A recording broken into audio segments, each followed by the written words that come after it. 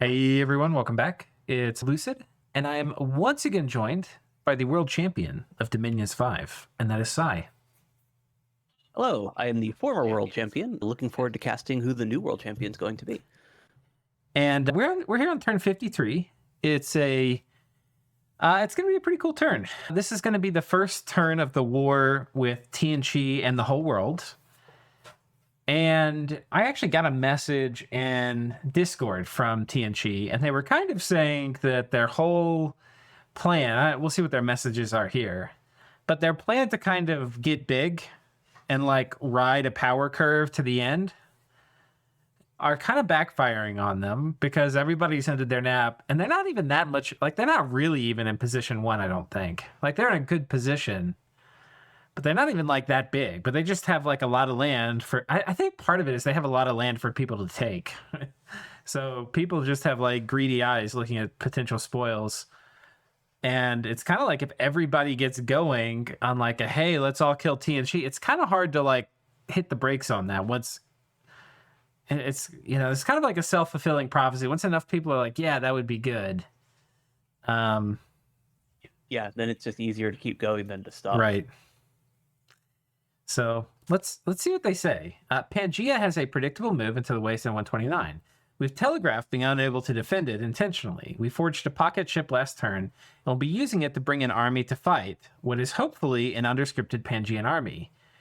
We would have been attacking more aggressively in the south, but we're unfortunately in an awkward position that now everyone but Gath has ended their nap with us. And while we certainly can't afford to lose these wars, a sufficiently decisive victory against Pangaea might be very bad diplomacy, as it would prove that we're an existential threat. So while it would be nice to really kick Pangaea's teeth in and start taking their territory, we probably need to hold back until we convince at least some of the other powers to do something else. That's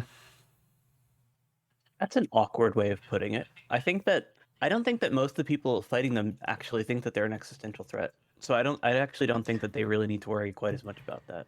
Yeah, I think it's greed why people are fighting him. I think it's just kind of like they're a bit like there's an argument to be made there in position one, and Yeah, everybody kind of just like this idea got planted and it's just been going.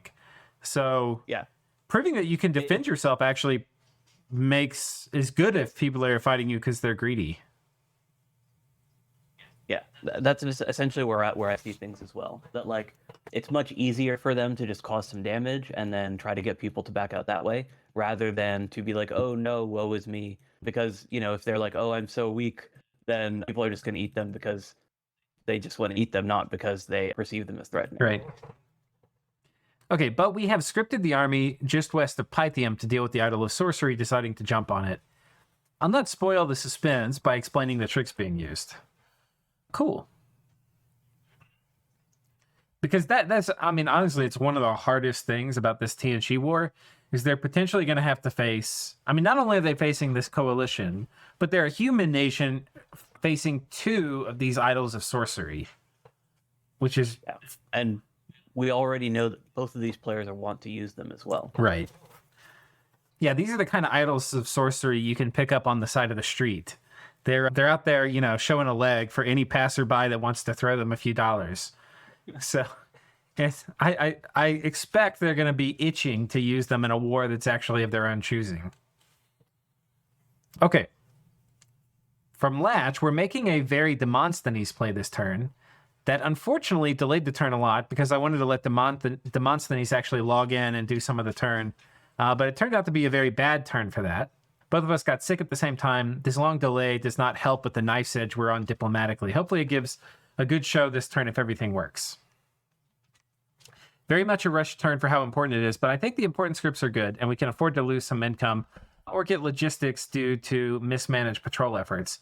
Wanted to add that we're getting our first lich out of the enchantment site this turn. So we're also up to Blood 5. Oh, to 5 Blood Mages, including our Pretender. We're very excited about not needing to work so hard to cast big death spells like Darkness and Rigor Mortis. Okay. Yeah, hopefully most of those Blood Mages are those bats, but they would need a Ring of Sorcery, I think, in order to do vampires. Oh wait, no, their god actually has blood and death, right? I think so. Okay, yes. So their god can do the vampire lords when they're ready to make those. Yeah. A message from Pangaea. In a truly Pangaean fashion, we're going to coalition against Tianqi. Will we ever go for a 1v1? Don't ask me. I'm not in charge of anything except writing dubious messages to you folks and suiciding dryads. Anyways, there was a mix-up and we canceled our nap one turn before the others, so it's just small raids this turn before all the fun begins. Fortuitously, we reach Conjuration 8 and Alt 9 when you read this. Conjuration 8 to cast Well of Misery. How do you reach both those on the same turn?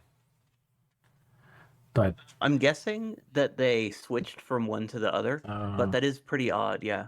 I mean, even with their incredible research, I don't think that they can research an entire level 8 in one turn at this point. Right. Conjuration 8 to cast Well of Misery when Arco's Eyes of God goes down.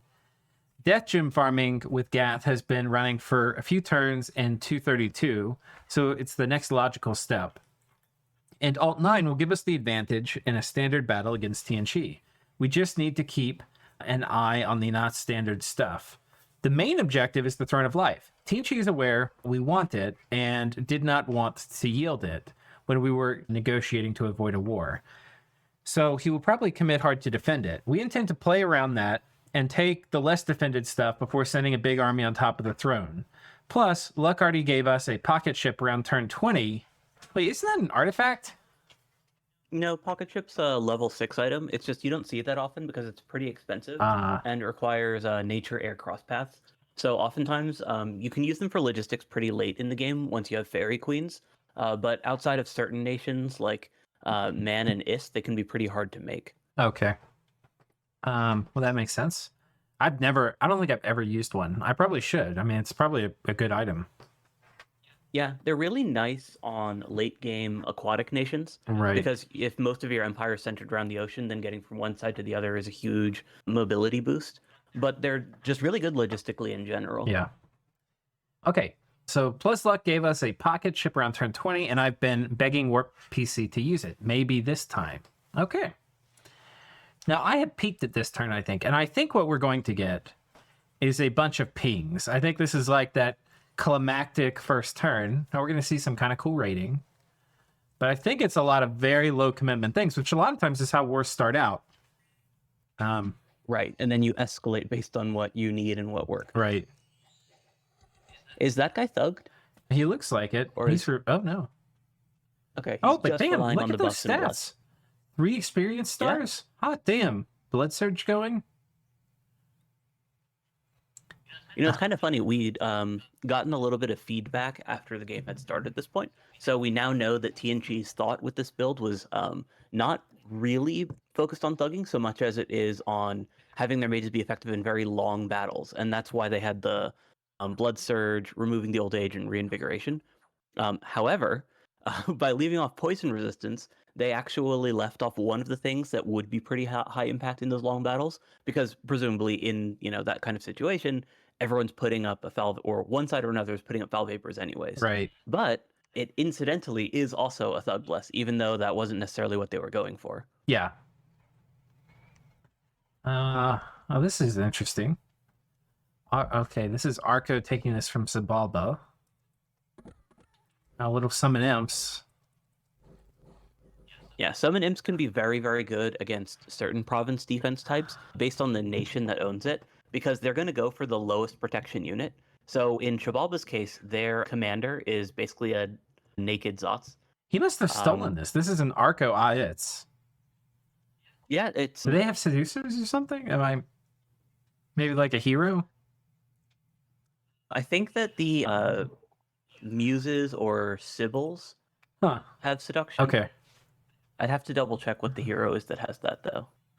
They do have some hero, I believe, with seduction. These guys, the sibyls don't get it. Yeah. Okay, so that was this battle.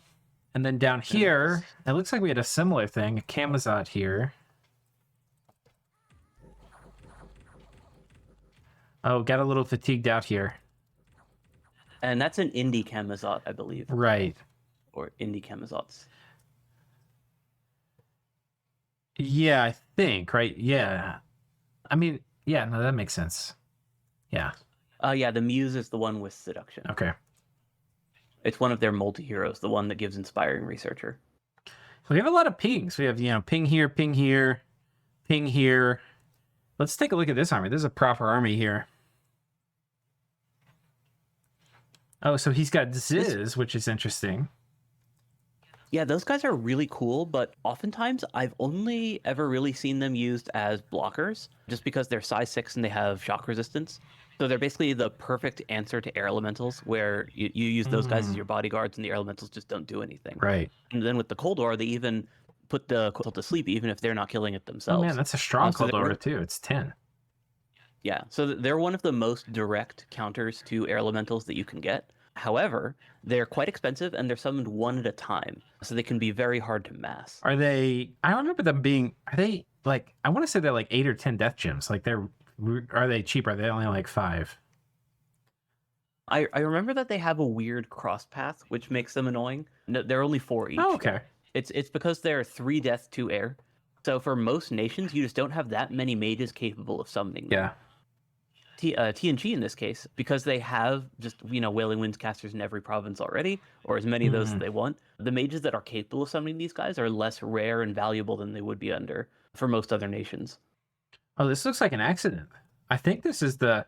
Oh no, he's just trying to re-roll this Mute Affliction. Okay, I thought for a second this was going to be the Sickle dude. Oh yeah, no, the Sickle dude is. Actually, did they not do the Sickle dude this turn? Yeah, let's check. I'm not sure. I haven't seen him yet. Okay, so this is a Pan super combatant thug dude. Well, I think he dies, so I think he's a thug. Yeah. What's he casting? Okay, so they're doing buffs. Ooh, lots of buffs. Oh, he doesn't have gems. Yeah, so the way that I prefer to do this style of attack is to have the Pan stack up with something that can do Foul Vapors. But for LA Pan, that's pretty hard, and Howl alone isn't really going to kill an army. Right. Did he do Howl? No. The Howl is somebody else's. TNG's Howl. So, he scouted TNG's full script, and you can see there's every enchantment under the sun up. We've got Wailing Winds, Rigor Mortis, Howl, Relief, Darkness, Quagmire, Natural Storm. So a bunch of things. And the storm is from a staff, so it's around 0 storm right. as well. But this guy's kind of expensive to just be a gem bait. Yeah, and he's surrounded by wolves, so there's almost no chance that he gets meleeed down here. And I don't know if TNG has enough mages on Advance and Cast. They really are sitting here at the back. Long story short, because I peeked at this turn, this is... Well, they've got the Horsehead guy there. He's doing damage at least. Yeah, but just one, right? And this guy's pretty tough. Does he have at least... Yeah, no weapons of sharpness. They might have killed him if he had weapons of sharpness. But he also is going to get fatigued out, yeah. So. Oh, yeah. Yeah, if you are super combating into a Rigor Mortis play, that can actually, go in your favor sometimes. Yeah, sometimes you can get a full clear on both sides. And in Pan's case, they would love that. Right. Now, what's actually going to happen here is it's the battle's going to time out, and the Pan's not going to die. He's going to run off. But in the actual battle report, the Pan dies. So I'll save us from clicking through to the end, but that's what happened. So kind of weird. It kind of reminded me, it used to be so normal when there were battle report bugs or replay bugs that you didn't even think about it. And now it's like one happens and you're like, oh my God. So yeah, they definitely improved that quite a bit. Yeah. Okay, so this is the sickle farming. And this is, it looks like the last stand of Arco, or at least some of it. Yeah, I think this is just Arco losing a fort. Although, I don't know, maybe the Liches or the Demi-Lich is going to cast something interesting. Nope, no gems. Okay. So, basically this turn we just have a lot of pings, and I'm kind of thinking we're only 15 minutes into it. We'll take a quick look at the map to kind of see where armies are going, but then maybe we can go ahead and try to do a twofer. Let's see what Arco's situation is. Is Arco out of the game now? No? Where's Arco's last fort or army? Here. It's not, yeah. Okay, so one bat. I was going to say it's my TNG. It's one of their little raiders, Right. yeah. It's kind of funny. The last part of Arco is Itzy stole. It's a Xibalban It's a unit, Xibalban as unit. it should be. Yeah, totally Turncloak. Okay. So that's happening over here. Gath has just an enormous stack of stuff here that's extremely frightening, and he could choose kind of what he's going to do with it. For the Pangaean War, we see basically forces massing here on both sides near Pythium. So Pangaea has, a proper army over this way, and he has a lot of forts to reinforce this army with mages in this area. Let's take a look at where TNC was saying that move was going to be. 129. Okay, so this was the pocket ship mark. Oh, this was the one where the super combat was coming. So it's kind of weird. So Pan didn't really expect to fight an army here because this army was here by surprise. So. Right, and he expected Pan to actually move an army. Right. So if you look down south where Pan is massing, the Pan's north, TNG south, near Pythium. Yeah. So that army is actually across the river from TNG's border. So he's actually one fort away from where he should be massing. That northern fort is the one that can actually attack TNG. Though Pangaea can map move too, right? Like pretty much all this stuff can still hit, right? Or am I? I believe the cataphracts are slow because they're heavily armored. Let's take a quick peek here. They're like map move 14, I believe. Yeah, you're right. Okay. So that, I think you need 16 to totally, with friendly terrain to map move 2 and attack. 14, you can map move friendly. Yeah, 14, you can definitely map move 2 friendly, and those guys have forced survival still, even though they're armored up. So they can definitely move around between Pangaea's forts, but they can't attack. So as far as a massing point goes, I think that they are one province too far south. Right. So battle potentially here. Where's the other? On this front, Tinchi is probably not going to go on the offensive, so I expect this army to fall back. There's also no lab there, so he can't re-up gems. Right. Yeah, this army is actually kind of vulnerable to some stuff. But, he doesn't have a lab here either. So it would actually be, Did they lose a lab there? We can find out. Not from events. That's very strange because they have, that's an upgraded fort there. Yeah, they've had this for forever. Yeah. That's very, very weird to me. Yeah. Maybe the Plague Barrow makes them not want to recruit stuff there. Yeah, otherwise just, a shit ton of Centaur Sages. Holy God. And stuff that's been driving their research. Yeah. Yeah. Okay. One of the nice things about Pan as well is that all of those sages are both obviously mobile, but also fundamentally expendable. Right. So Pan can send out very large communion stacks to numerous provinces, right? Because those guys can even deep strike, and getting around friendly territory is even easier. So they can be where they need to be, and if he loses 20 of them in a battle, he doesn't really care. Right.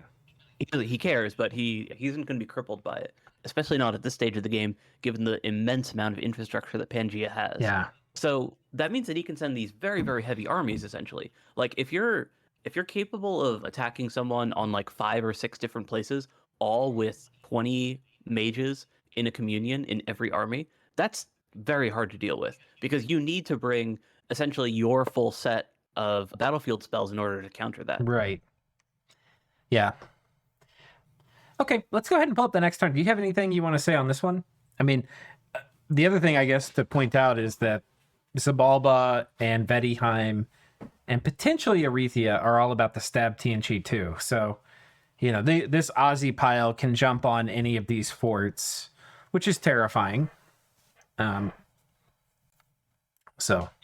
given that they've got a secondary group of Aussies in their staging grounds north of in their capital, and then in that summoning area, I expect them to go for numerous provinces all at once with large forces on both the throne and the northern fort there. Yeah. The southern throne, just because they're not in range to hit it with a one-turn pop stack, they might be leaving to Gath. Yeah. Yeah. All right, well, let's see what happens. I think you're right about that. I'm going to pause. We'll pull up the next one. All right, we're back. It's turn 54 now. And Yeah.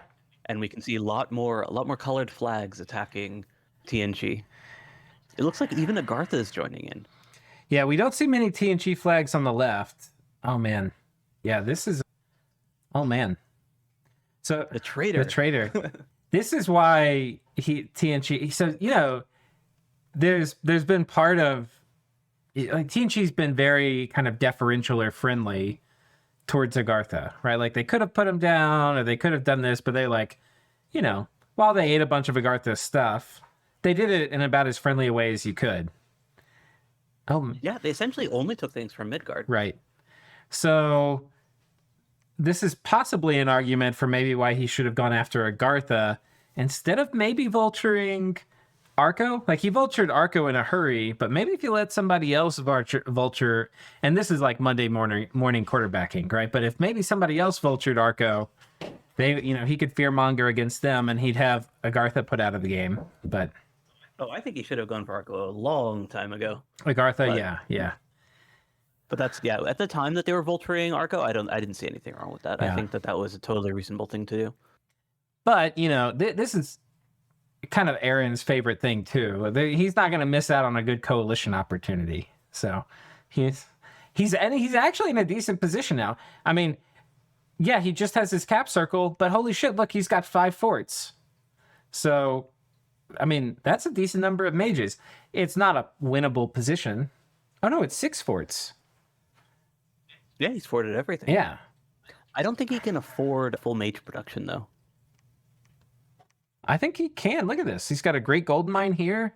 He's got a 100 gold province here, 90 here, 82 here, 300 here. Jesus Christ. Yeah, he can. Maybe those skills make it workable. Yeah. Can you check his research actually? Yeah, let's take a look. Let's examine the Agartha position. Thinking just because you're nice to Agartha, they're not going to come and jump on that dog pile when it's their favorite thing to do. Research. Yeah. Mostly because I'm using that kind of as a guesstimate for their mage count. Yeah. I don't think that they have that many mages after. Yeah, it's not that many. But I mean, I don't remember seeing. We haven't really been paying close attention to Agartha, but I feel like some of this is recent. Like, I don't feel like these have been up for that long. So. Yeah, I mean, we can see that as well in that fort graph if you want to check. Oh yeah, let's take a look. Yeah, it is recent. Yeah. Okay. All right. I mean, on one hand, this is what you get for being nice to him. On the other hand, I do like that Agartha isn't just sitting in their cap and hitting in turn. They're looking to make plays. And this is by far and away the easiest, best play for them to make right now is going after some of TNG stuff while they're being now 5v1'd. I will say, though, that once Agartha gets it to a reasonable amount of territory, that there's going to be a lot less of like the cute factor of keeping them in a petting zoo, and that someone like Gath or Vedheim might decide to go, okay, well, this is mine now. Right. Thanks for building all these forts for me. Those are really valuable. And the labs, I'll be taking those. Yeah, I think you're right. Okay, so let's go through here. We'll start with a message here from TNG. For this one beautiful turn, our 55 provinces produced 7 Earth income. That doesn't come from our shared global. If we manage to hold Earthblood Deepwell for a long time, I'll be surprised. So we're still running on a painfully small number of hammers, and you haven't seen us use any great swords of sharpness because 2 Earth is a big investment for us given that poor Earth income, and we need a ton of crystal gear to cast our big spells reliably. Yeah, I know. I actually think that's very smart that he's recognizing that the spellcasting items are super important. So he's holding off on doing even what would be considered very efficient thug items, just in order to make sure that he's preserving that one gem type. Yeah. And crystal gear is like, if that tells you he's thinking like big brain plays, which I like. Yeah, and TNG is one of those nations that genuinely needs it just because they don't have... Actually, at this point, they do have some of those deep mages with liches and potentially access to like fairy queens, like that sort of thing for the deeper magic. But for the most part, he's going to need to boost up in order to cast pretty much any battlefield spell. Yeah. In other news, we messed up our gear for the army heading to the waste last turn, which very disappointingly ran only into a thug. Right. It's a thug because it died. In particular, that army does not contain the intended rabbit foot charms for making sure mass fog warriors and mass regen go off, nor the scout carried axe of hate kit for preventing a bone grinding idol from getting home after doing the deed. Oh, that's interesting. Yeah, so that's using the raid exploit. Ooh.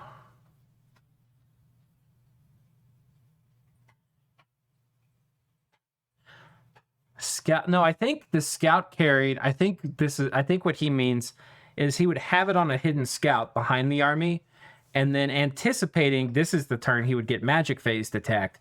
He would swap it into some commanders, and then get the fatigue on it and that get way. the fatigue on it that way. Yeah. Yeah, that makes sense. I thought that he was trying to do the raid thing to go Right. like if it drops, then he wants to get it before it can cast returning, since there's no lab in that province. Right.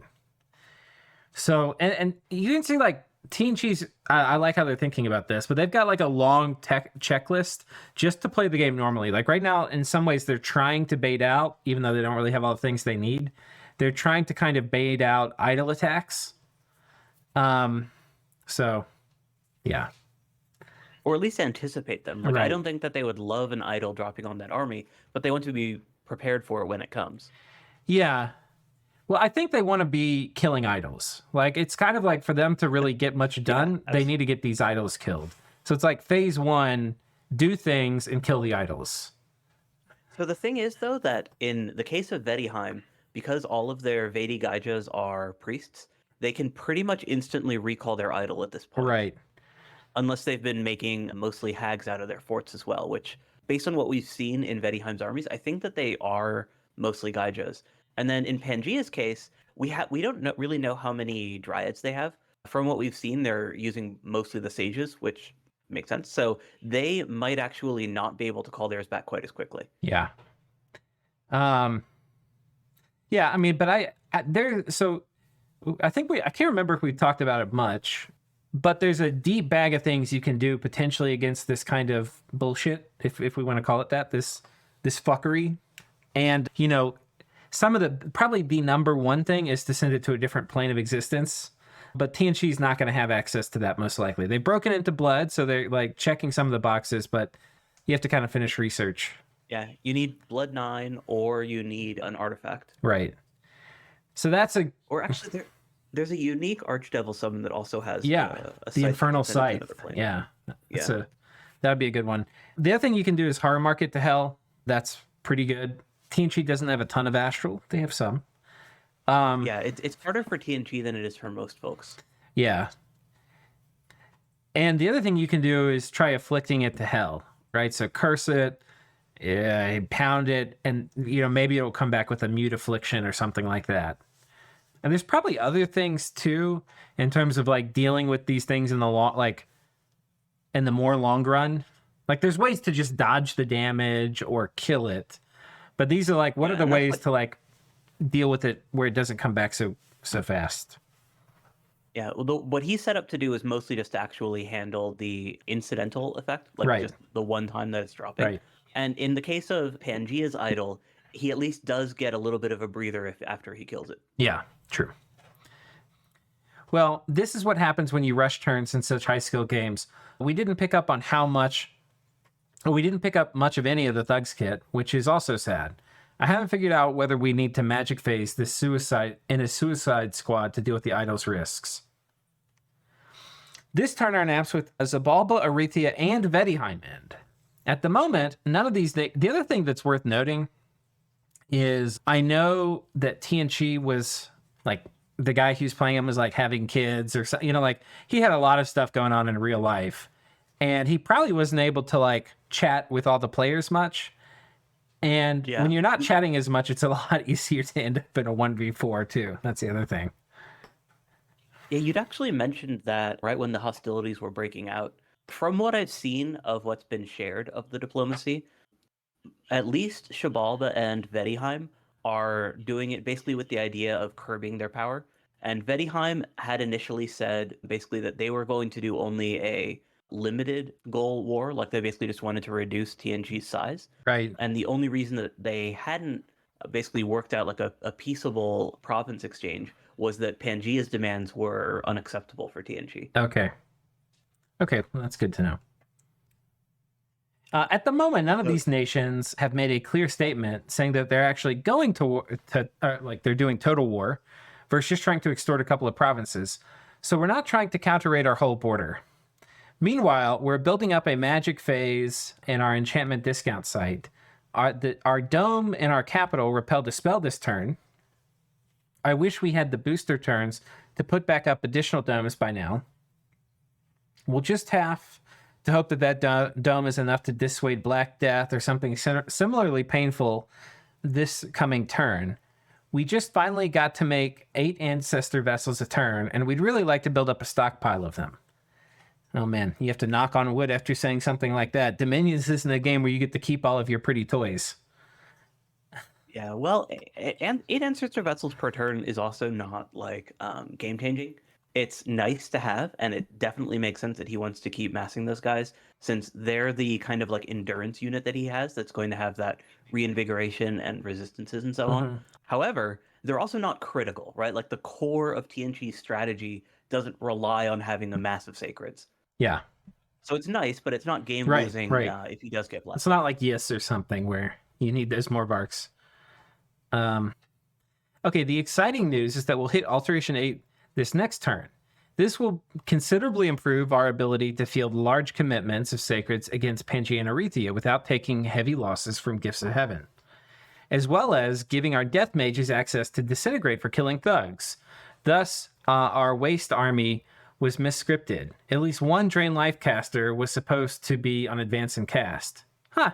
That's kind of what I thought. I didn't look at all the mages, but I was like, there's not enough mages on Advance and Cast here. We're about 5 turns from Enchantment 9, and I'm really hoping we can avoid taking a big fight with the big demon army before that comes online. Oh. Yeah, interesting prioritization, but it makes total sense that the things that he considers most threatening are the Ocelotl stacks or the Seer stacks. So he wants to have demonic cleansing, since he already has access to stuff like Acid Rain and Rain of Stones. So he'll be able to actually combine that with the battlefield clear already. Right. Message from Agartha. Oh, it's been a long time. Hi, it's Darkwolf again. So I went on vacation over a month ago, and since then, we've just been losing. Okay, so he's distancing himself from this position. For reference, the turn we lost the first force to Foul Vapors was the first turn I missed. If I was there, I would have known to raid forward and avoid Pythium Foul Vapors. Seriously, though, this position is hilarious and a complete diplodoggery. On that note, Sprinter by Dave and Central C is fantastic, as is Remedy by Overrated. Okay, I guess these are songs. Yeah, just Darkwolf sharing. Right. Oh, now this is interesting. So what is Gath going to have to say in all of this? I'm just so curious what Gath's mind is. While everyone is perfecting their combat scripts, I'm perfecting my site-searching, blood hunting, foraging, and summon strategies. Not nearly as fun, but may end up being more important for the battles to come. Here are a few thoughts. I think I'm in a rather solid position overall. At this point, my assessment is that a proactive war, no matter how successful it ends up being, is actually quite bad for me just because of all possible outcomes are poor. It's probably better to wait for the world situation to change. The big problem is my pathetic air income of 6. Everything site search to at least 1. When you need air for so many things, it really sucks. Research, 3,250 research a turn. Priorities are Conjuration 8, Alt 8, Alt 9 to get ready for our next war, likely Blood after. I have 0 practical experience with the late game, as this is my 6th Dominion 5 game, which is partially why my build is so late game oriented to help me there.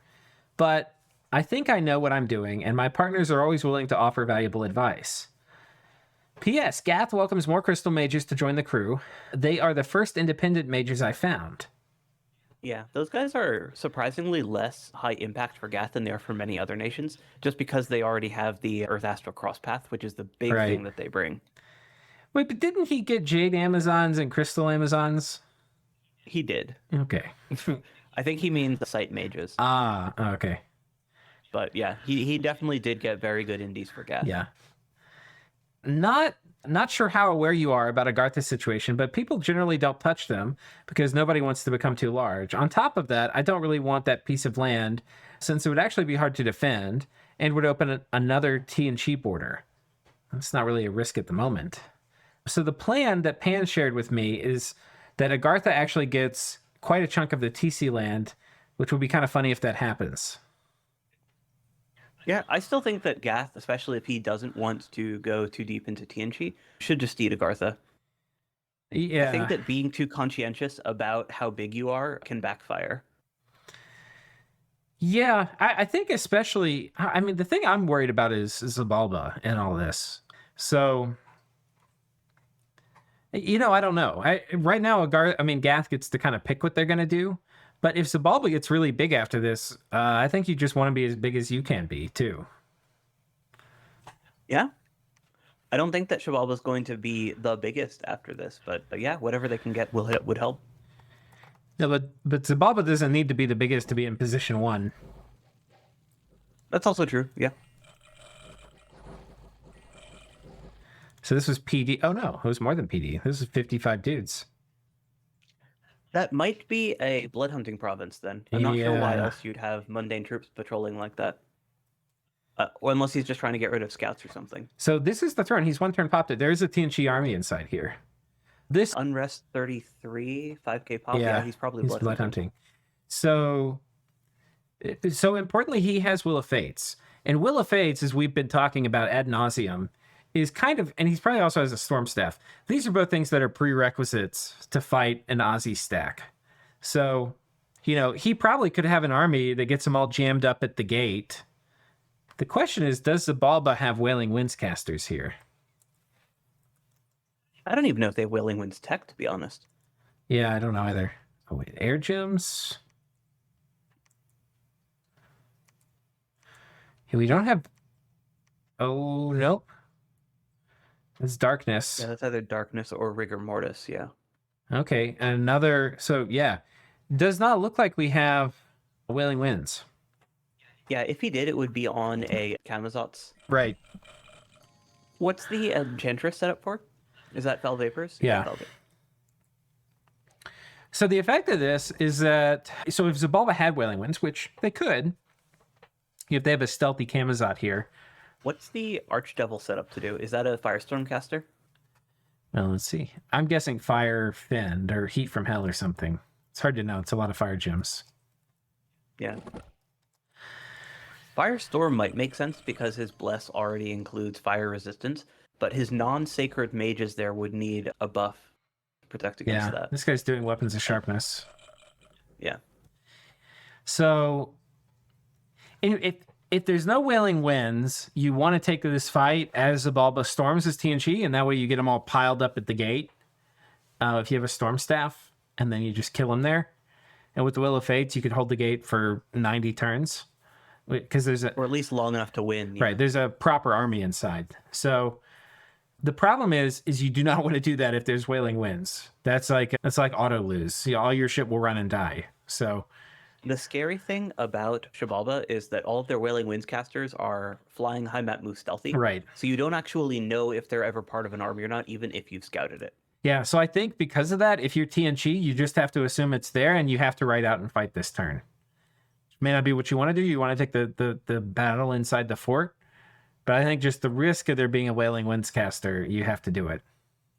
It also depends on what he actually has inside that fort. He might need to gateway in a bunch of cubes and stuff in order to have that army that will actually kill the Aussies. Yeah. Yeah, that's a great point. And cubes are going to be one of the... Wait, Aussies are size 3. Yeah, so cubes will be one of the best ways to kill Aussies. Yeah, and Aussies will even kill themselves on the cubes from the acid shield. Yeah. With demonic cleansing, the acid shield is actually absolutely murderous. Huh. Yeah, I bet. But we're still like 4 or 5 turns away from demonic cleansing, so. Right. I mean, but this is horrible for TNG. I mean, we've got a bunch of light rating down here, but Xibalba's going ham. Yeah, that looks like. I mean, Xibalba's just based on the armies that they're using because they've decided to play into this Ocelotl hammer strategy. Every army that they're fielding is almost an all-in, right? Like Right. you need to maintain that critical mass. And while those Ocelotls are absolutely lethal, it's also the case that they're being your primary weapon is both like a major strength and kind of, I don't want to say a weakness, but a restriction in how you use them, in that you can't just lose like 100 in a battle, which means that you need to bring sufficient mage support every time you field them. Yeah. And he's bringing critical mage support to do buffs. He's not really doing any retail stuff, which is fine, but, a little risky. I think the thing is that, like, on one hand, TNG doesn't really want to, like, punch Xibalba. Like, he was kind of hoping, because Xibalba hadn't kind of committed to trying to actually kill TNG, take them out of the game. And so I think he was like, I'm not going to counter raid all my territory. Well, he's lost a ton of initiative here. He's already trapped inside his forts. There's no army over here that's going to save him from Xibalba unless he wins one of these fights. So on one hand, it's like very risky. On the other hand, I think this actually is the guy you want to punch in the face the hardest, because they're the deepest late game threat. They're people. You can make a very good argument people need to be more focused on Xibalba now than TNG. And if he does all the work for people and kills most of the Aussies, and I was a neighbor of Xibalba, I would be pretty tempted to turn on them. Yeah, it really just depends on whether or not TNG has enough in that fort to win the battle. So I would test it very thoroughly, just in order to make sure that you win it. Because if you lose, it's massively expensive, to the point that, like, it's going to critically inhibit your ability to take other battles. Because you'd already gone over, like, everything that they need, right? They need a storm staff, they need Will of the Fates, they need a decent number of actual units that can kill the Ocelotls. I was thinking cubes in order to clog up the gate, and they need some sort of timer/kill threshold on their side in order to win while that gate is being clogged up. So that's very expensive, right? If you bring your, 50 plus gems of items to that battle and lose, you're in a really bad situation. I mean, it's going to be at least 100 gems of stuff they commit to fight that. It's going to be a tremendous amount of stuff, I think. And I mean, further to your point, it's not just that they lose all that stuff, but this army is like the ward of the West, or the ward of the East. Like, if this army in here dies, there's nothing in this fort. If this army dies, then what is going to stop them from capping him? I mean, this army can actually skip this and just jump on top of TNG's capital. Yeah, well, the other one definitely can, because it's 2 provinces. I don't know if they can map move 3. Right. But they wouldn't be able to bring their golem with. Yeah. So they would need to magic phase another golem. That might be interesting. Like, if they did want to kill TNG, that might be an interesting play, is to basically go from one of those forts to the capital, and then follow up with magic phase for whatever they're missing, while they use their raiding parties and their other army to capture the provinces surrounding TNG's capital, in order to both prevent their army from being kicked off by anything other than magic phase, and in order to keep retreat paths open. Yeah. I think this... That's if they were going for a headshot, though. And they might. I mean, I think this is this war certainly represents a great opportunity for Xibalba. Especially if people don't... I don't think that Xibalba wants a headshot, though. I think that they want TNG to keep fighting other folks, and they just want to grab some stuff. Yeah, I don't know. I'm getting, like, predatory animal vibes from Xibalba here. Like, these are reasonably high commitment stacks. Well, that's the thing, is they need to use a high commitment stack in order to pop those forts. Right. So, like, they don't have anything other than a high commitment play. But, like, you can, slap your entire army down on the table and be like, okay, this is what I've got. I'm going to take these things, and then I can, go back to researching and summoning more Aussies to get even stronger, while you go deal with the other people that actually want to kill you. Yeah, okay. I mean, if they did that, I think you would... Maybe not. I was like, you could just... I'm pretty sure TNG would sell this to them if they... in exchange for a long nap. So I don't know. And I know TNG's been trying to do diplomacy, so the question is,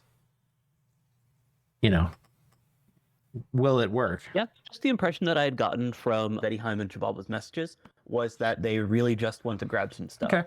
In Bettyheim's case, it's because they actually did think that TNG was threatening, and they wanted to curb their power a little bit. but only a little bit, right? Like, they were at the top of the gem graph, but they weren't at the top by that much. So they're not super worried about it. And like you'd mentioned, they're also not super worried about the scaling. So for them, they can take a little bit, cut down TNG size a little bit, and then in Xibalba's case, they just want stuff for themselves. Right. Is this Xibalba? Man, Xibalba's almost the same size as TNG. It's spooky. TNG dropped so fast this turn. Yeah. And a lot of that was actually at Bettyheim's benefit as well. Yeah. Yeah. Bettyheim picking up 4 provinces this turn. So, but they don't really have too much more to gain unless they go after this fort, which it's not looking like they want to put together a massive commitment for it. We didn't have any idle attacks because I was scanning through the top of the messages here. None of this was magic phase. We do have Pythium continuing to gamely fight on with their Larrys. Right. That is funny. What was the kid on this guy?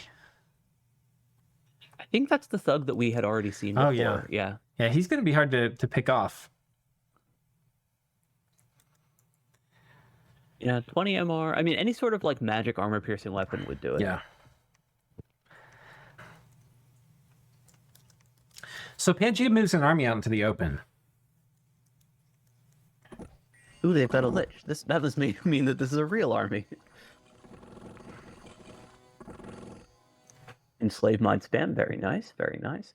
But actually, if you look at that, so this is what I was talking about of the army that Pangaea can afford to lose. So that is a pretty scary army, right? You've got your 20 mages there. You've got your Lich and your Pan for battlefield spells, and 8 up to the Golden Order for a little bit of diversity. But nothing in there is irreplaceable. The Lich is immortal, and everything else, like, he's got 100 more Centaur Sages behind, right? Or hundreds, I should say, more Centaur Sages behind them. And the Golden Orders are recruitable, and the Pans are also any fort. Yeah. Yeah, this probably won't be an army that wins against the major TNG Doomstack. However, unless he brings more sages. However, it is a mage that demands a TNG Doomstack to answer it. And that means that, like maybe TNG patrols here this turn, and so Pan tries to hit it with the idol. He's forcing plays by deploying this army, and if this army dies, he doesn't exactly care that much. Yeah, I mean, he cares, in part because he doesn't have the depth of units behind it to replace it that quickly. But that's, I think, just a kind of a macro mistake, in that he really should start, not just doing mages and start doing actual units to go with them as well. Right. The other thing that I think that he's missing is bulk summons. So we've seen TNG do a fair bit of that with their cube spam. And admittedly, they have an inch discount site, so like it's only 1 gem for them, even if it does take a mage turn. But Pangaea should be doing that as well with their water random sages, and potentially looking into other movable summon units that are going to scale. So stuff like Lamias maybe for the big regen and magic attacks. I'm not sure what all else they would want to use. Maybe mechanical men. Similar idea with just like having a bunch of resistances and being fatigue, or being 0 encumbrance for fatigue plays. Like, there's a bunch of stuff that's just very valuable to bring to late game battles that take a little while to mass up. And I think that Pangaea really needs to start making these troop summons to go with their armies. Yeah, and that's kind of actually part of his problem is everything is disposable, right? Like, he doesn't really have a super high commitment stack. All he would do is bring more mages. Like, he doesn't have special summons. He doesn't really have good sacreds. It's kind of like, okay, everything's going to be these, cataphracts backed up by a bunch of sages, which is good, but yeah, you need like 100 sages in order to get something scary enough to beat that Doomstack. Although, if Pangaea really can just bring 100 sages and spam Enslaved Mind and flip all of TNG's mages, then they can do that, and that would also work. But I mean, that's like a high commitment in a different way. Yeah. So from Erythia's side, he takes this province with just smallest amount of dudes, has a squad here with Great Eagles, which to me indicates he's planning on going on top of this palisade, which is a super high value province. It's a 6 gem province. Yeah, that's 6 gems. Yeah. That's huge. Yeah. But there's a lot of mages in here, so we'll see if TNG tries to defend this or not. I mean, ultimately, TNG needs to figure out what they can part with. Why? Because I don't know. I think you have to turn the world on Xibalba, but because I don't think you're going to successfully turn the world on Pangaea or Bettyheim. But yeah, I think that it's a little easier to sell a Mass War on Pan just because they're closer to winning. Yeah, I mean, that's true. I mean, yeah, they're not really gaining much from this, though, but yeah. Yeah, the other person you could try to set up as threatening is Gath, just because they're now top in provinces, and they're also a scaling blood nation. Right. Yeah, I mean, the other problem is, with Gath and Xibalba both existing, it's kind of hard to, like, say, hey, let's go after one of them, because the other, they can just point to the other one, like, I'm not the scary blood power. And then as a result, they're not going on any of the scary blood powers, and instead they're going on TNG. I think they can go in one and then the other. I mean, if there's like a will for such a coalition. Right. Okay, so that's Erythia and Xibalba. I think we've covered pretty much. Let's make sure I didn't miss any important battles here.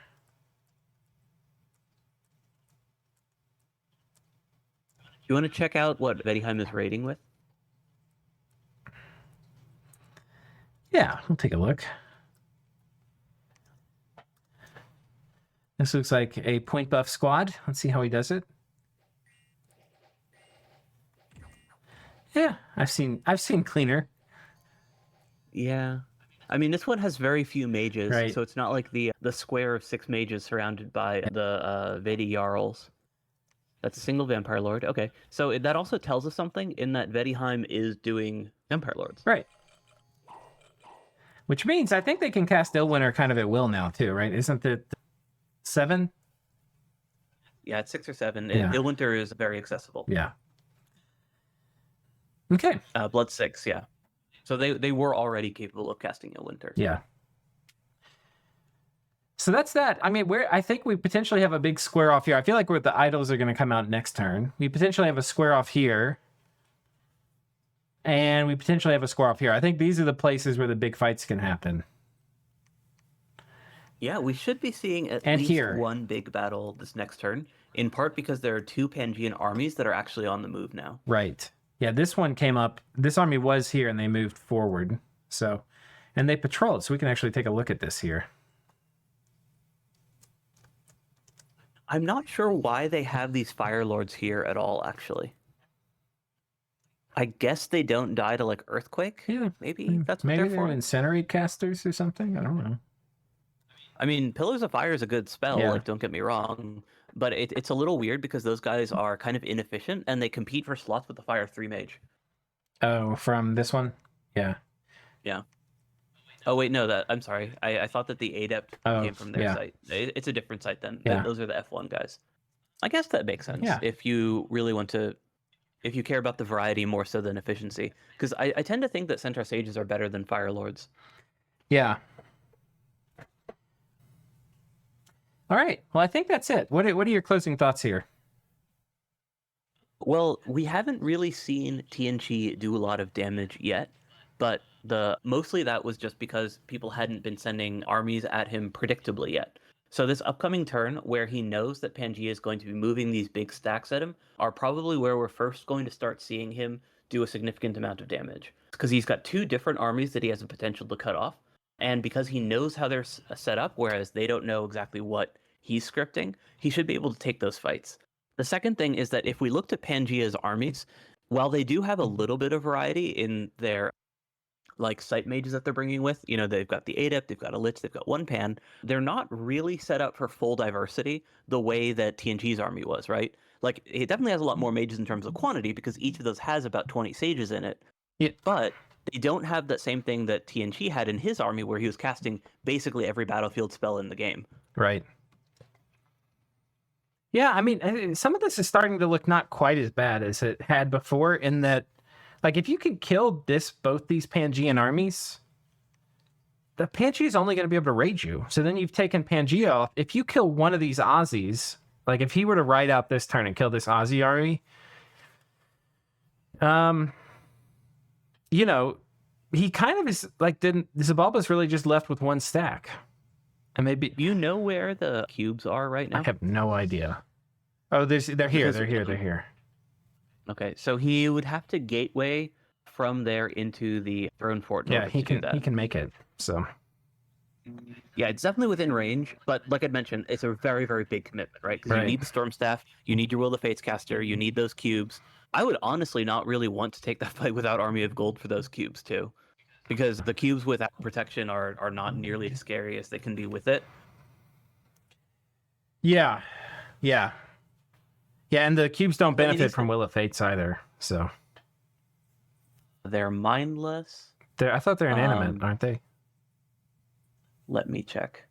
I Maybe don't they're not. think that they're inanimate. Okay. If they're not, then maybe they do. That'd be awesome.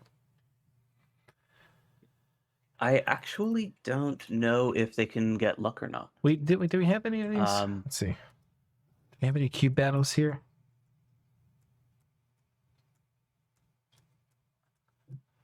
No cubes so far. I believe they benefit from mass protection. Yeah. Or sorry, from mass regeneration. Okay. So yeah, then they would So they would benefit also from Will of Fates, I think. Okay, yeah, so that might actually work then. I do still think that you really want to buff that protection. Mm-hmm. But I mean, You know, can do if, mass protection, which isn't great, but it's something. Yeah, and even if it's like that or Marvel Warriors, that's probably going to be enough in combination with the luck. Yeah. Okay. So, viewers, thank you so much for joining us, and we'll see you next time on Turn 55. And Sai, thank you so much for co-hosting this with me. Absolutely. See you, folks.